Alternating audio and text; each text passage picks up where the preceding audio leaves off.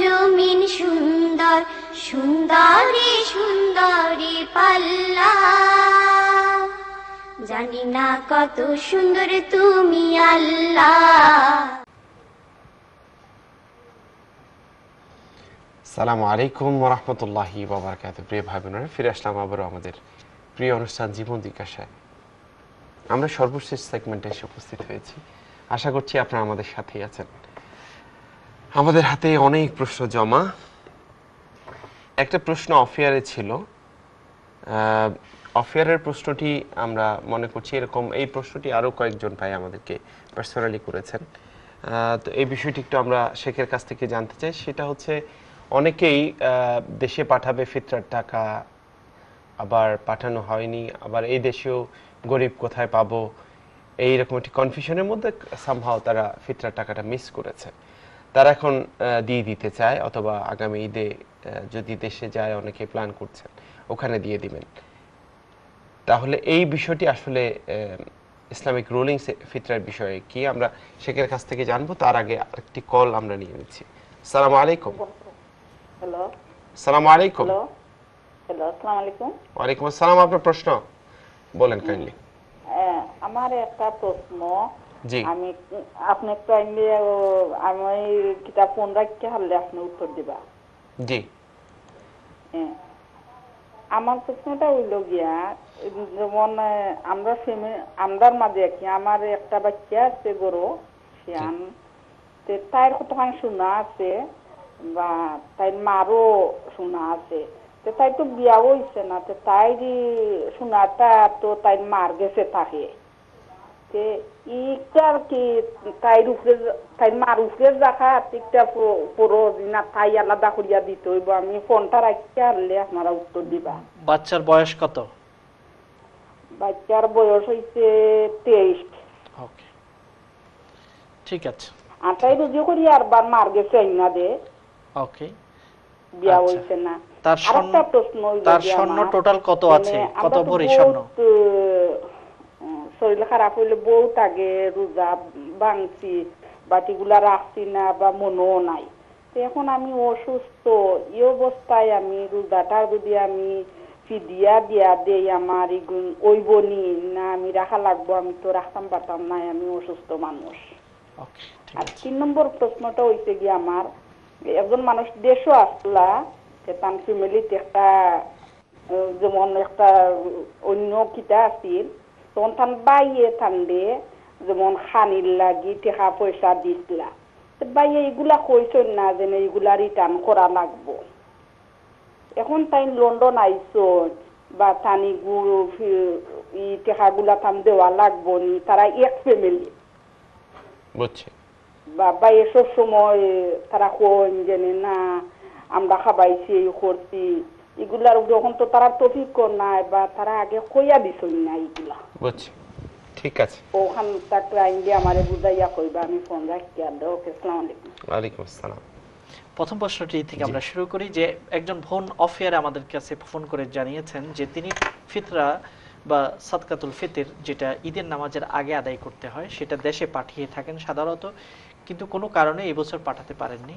এখন তিনি চিন্তা করছেন যে তিনি ঈদুল আযহা করার জন্য দেশে যাবেন, তখন আদায় করলে হবে কিনা। উত্তর হলো এই, হাদিসের মধ্যে আছে, মান আদ্দাহা ক্বাবলা সালাত ফাহিয়া যাকাতুন মাকবুলা ওয়ামান আদ্দাহা বা'দা সালাত ফাহিয়া সাদাকাতুন মিনাস সাদাকাত। যে ব্যক্তি নামাজের আগে, অর্থাৎ ঈদের নামাজের আগে যাকাতুল ফিতর আদায় করবে, সাদকাতুল ফিতর আদায় করবে, সেটাই ফিতরা হবে। কিন্তু ঈদের নামাজের পরে কেউ যদি আদায় করে, সেটা হবে সাদাকা। সাদাকার সওয়াব, নফল সাদাকার সওয়াব আপনি পাবেন। তবে ফিতরার যেটা নিয়ম, সেই নিয়ম আপনার আদায় করেন না। এটা যদি ইচ্ছাকৃতভাবে আপনি করে থাকেন, এটা গুনাহ হয়েছে, আল্লাহর কাছে এটার জন্য আপনাকে ক্ষমা চাইতে হবে। আর যদি এটা অনিচ্ছাকৃত, না জেনে অথবা ভুলের কারণে হয়ে গেছে বা বিশেষ অসুবিধার কারণে হয়েছে, তাহলে নিশ্চয়ই আল্লাহ রাব্বুল আলামিন এটাকে ক্ষমা করে দেবেন। তবে আপনি তাড়াতাড়ি আদায় করে দেওয়া এটা উচিত। এরপর আমরা আসি যে তিনটি প্রশ্ন করেছেন এই কলার। প্রথম প্রশ্নটি হলো, মা এবং মেয়ে একসাথেই থাকেন, মেয়ে বয়স 23, তিনি কাজ করে পয়সা মাকে এনে দেন, তার স্বর্ণগুলোর যাকাত কাকে দিতে হবে? উত্তর হলো, এই স্বর্ণ যদি মেয়েটির হয়ে থাকে এবং সেটা যদি 7.5 ভরি বা তার চেয়ে বেশি হয়, তখন পুরা সকল স্বর্ণের জাকাত মেয়েকেই দিতে হবে, মেয়েকেই জাকাত দিতে হবে। হ্যাঁ, মা যদি মেয়ের পক্ষ থেকে জাকাত আদায় করে দেন তাও আদায় করে দিতে পারেন, মেয়েকে বলে সেটা আদায় করে দিতে পারেন, কিন্তু মেইনলি জাকাতটা ফরজ হবে মেয়ের উপর।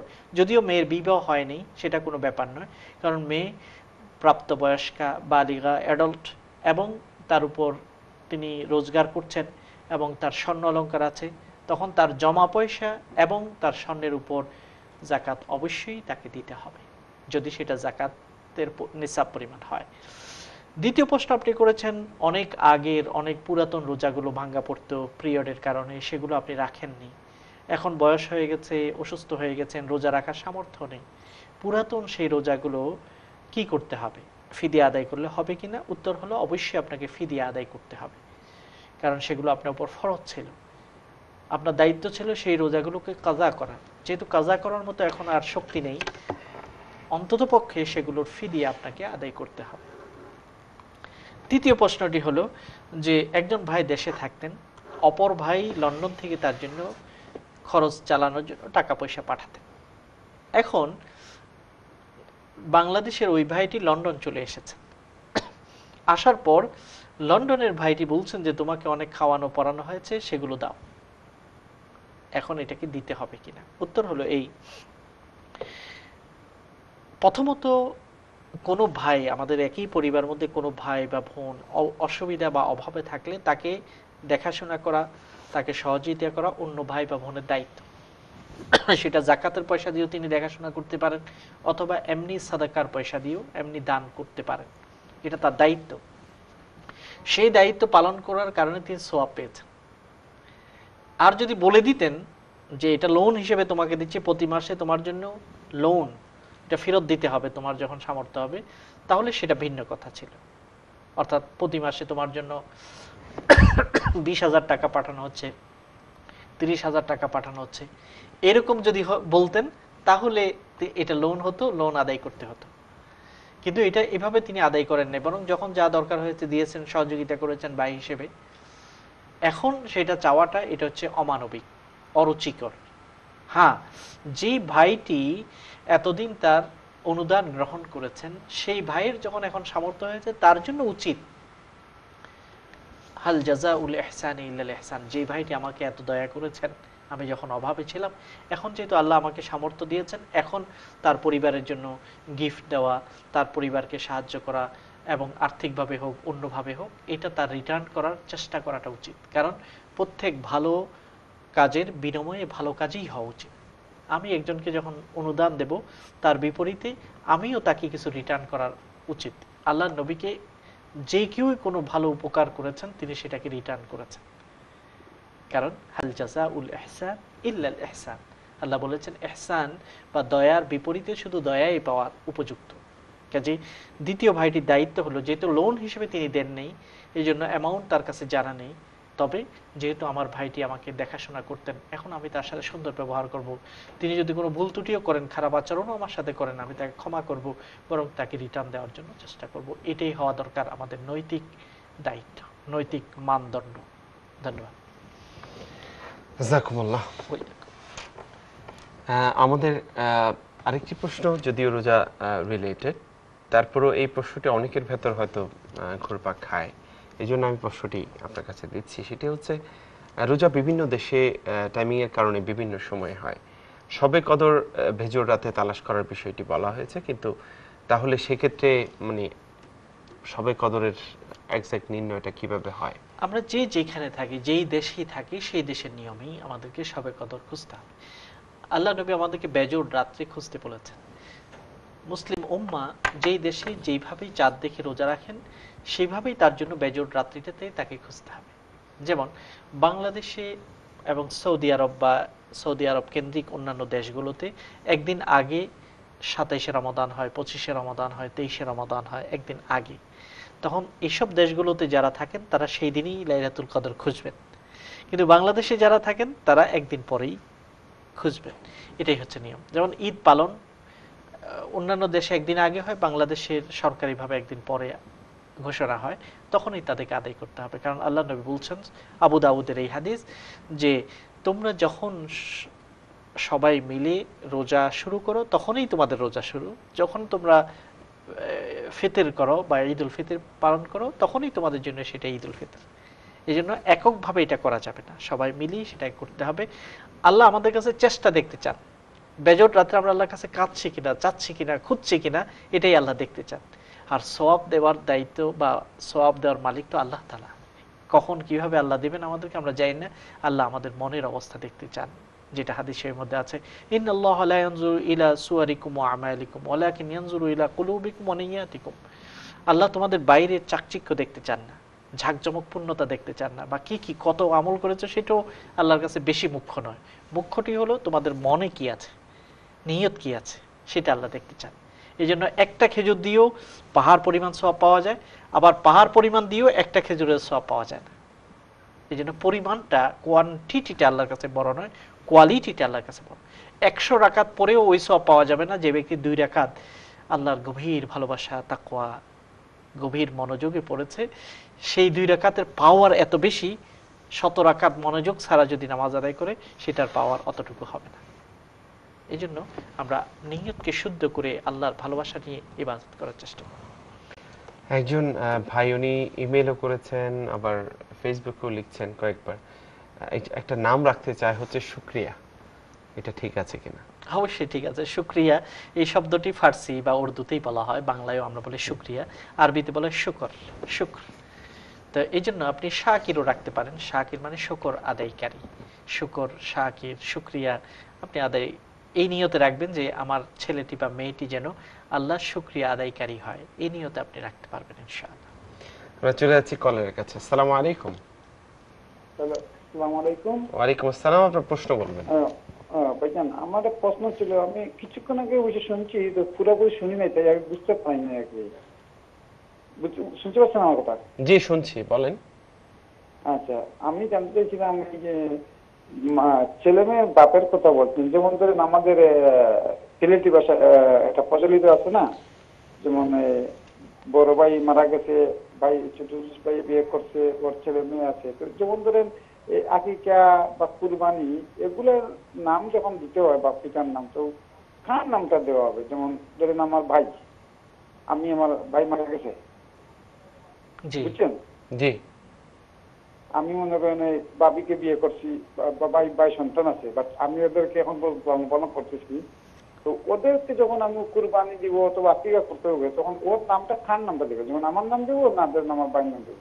ওই প্রশ্নটা যদি বুঝিয়ে আমাকে বলেন তাহলে আমি খুব খুশি হবো এবং উপভোগ করতে হবো। অনেক ধন্যবাদ ভাইজান। আসসালামু আলাইকুম। ওয়ালাইকুম আসসালাম। জি, এই প্রশ্নটি আমরা আগে যেটা আলোচনা করেছি তারই পরিপূরক একটি প্রশ্ন। যেমন কারো আপন ভাই, তিনি তার সন্তান রেখে মারা গেলেন, এখন এই ভাইয়ের স্ত্রী আরেকজন ভাই বিবাহ করলেন, এটা করা হয়ে থাকে অনেক সময় পরিবারে, পারিবারিকভাবে এটা সিদ্ধান্ত নেওয়া হয়, এটা করা হয়ে থাকে। তো আগের ভাই যিনি মারা গেছেন তার যে সন্তানরা ছিলেন, এগুলো কিন্তু আপনার সন্তান না, আপনি তাদের চাচা, তাদের বাবা হলো আপনার ভাই, কাজেই আপনার ভাইয়ের নামেই সবসময় উল্লেখ করতে হবে পিতা হিসেবে। সেটা কোরবানি বা আকিকার ক্ষেত্রে তো নাম তো মুখ্য নাম বলাটা এটা দরকার নেই, নিয়ত থাকতে হয় কার নামে এটা করা হচ্ছে, কার পক্ষ থেকে করা হচ্ছে, এটাই যথেষ্ট। তারপরেও বিয়ে শাদী পরিচয়ের ক্ষেত্রে যখন বাবার নাম লিখতে হয় যে কোনো জায়গায়, তখন বাবার নাম হিসেবে আপনার নাম লেখা হবে না, বরং লিখতে হবে মৃত বাবার নাম, আসল বাবার নাম লিখতে হবে। কারণ আল্লাহ তাআলা বলছেন সূরা আহজাবে, উদউহুম লিআবাইহিম, প্রত্যেকে তাদের বাবার নামেই ডাকতে হবে। আপনি তো তাদের বাবা না, আপনি তাদের চাচা, কাজেই আপনি যদিও তার মাকে বিবাহ করেছেন, এখন যদি যেই সন্তান হবে সেটা আপনার সন্তান, আগের যে সন্তানগুলো ছিল এই মা থেকে বা আপনার ভাই থেকে, সেগুলো আপনার সন্তান নয়। তাদের বাবার পরিচয়টা বজায় রাখতে হবে এবং তাদের নামের পরে অথবা তাদের পরিচয়ে বাবার নামকে উল্লেখ করতে হবে। আশা করি বুঝতে পেরেছেন। আমাদের সময় প্রায় শেষ বলা যায়। এই মাসে 6টি রোজা রাখার ব্যাপারে আমরা জানার চেষ্টা করি আপনার কাছ থেকে ইনশাআল্লাহ। ধন্যবাদ।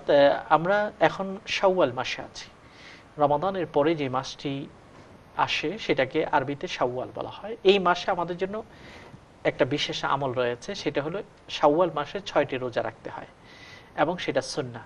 আল্লাহ নবী বলেছেন, মান সামা রমাদানা থুম্মা আতবাআহু সিত্তাম মিন শাওয়াল কানা কাসিয়ামিদ দাহর।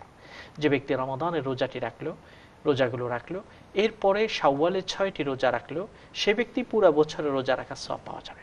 বা এই যে একটা সুযোগ, এটার কারণও আছে, একটা লজিক্যাল কারণ। এটাই ব্যাখ্যা হয় যে আল্লাহ তাআলা বলছেন কোরআনে কারীমে, মান জাআ বিল হাসানাতি ফালাহু আশরু আমসালিহা।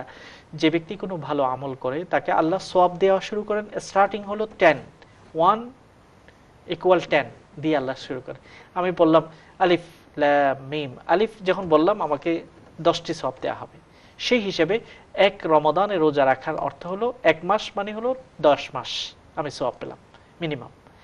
এবং বছর পুরাতে হলে আরো 2টি মাস পুরান দরকার, তাহলে এই জন্য আমি 6টা রোজা রাখবো। 6টা মানে 60টি রোজার সওয়াব পাবো, তাহলে 1 বছরের রোজার সওয়াব পেয়ে যাবো। এই জন্য শাওয়াল মাসে আমরা সবাই এই ফজিলতটা অর্জনের চেষ্টা করবো ইনশাআল্লাহ। আল্লাহ যেন আমাদেরকে সেই তৌফিক দান করেন।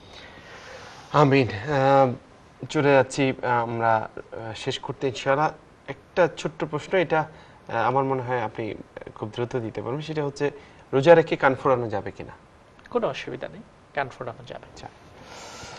জাযাকুমুল্লাহ শেখ, আমরা শেষ করছি ইনশাআল্লাহ। আল্লাহ আমাদের কবুল করুন। আমিন। প্রিয় ভাই বোনেরা, শেষ করছি আজকের অনুষ্ঠান জীবন জিজ্ঞাসা। পৃথিবীর দিকে দিকে ইসলামের বিরুদ্ধে যে সমস্ত ষড়যন্ত্র হচ্ছে, আমরা সবাই ঈমানের সর্বোচ্চ বিষয়টি দেখানোর মাধ্যমে আল্লাহ যেন আমাদেরকে সেগুলো মানুষের অন্তর থেকে মুছে ফেলার মতো ভূমিকা রাখার তৌফিক দান করেন। মহান আল্লাহর কাছে এই তৌফিক কামনা করে আমরা আজকের অনুষ্ঠান এখানে শেষ করছি। ওয়া মা তৌফিকি ইল্লা বিল্লাহ। আসসালামু আলাইকুম ওয়া রাহমাতুল্লাহি ওয়া বারাকাতুহু। দুনিয়া সুন্দর, মানুষ সুন্দর, আসমান সুন্দর, জমিন সুন্দর, সুন্দরী সুন্দরী পাল্লা। জানি না কত সুন্দর তুমি আল্লাহ।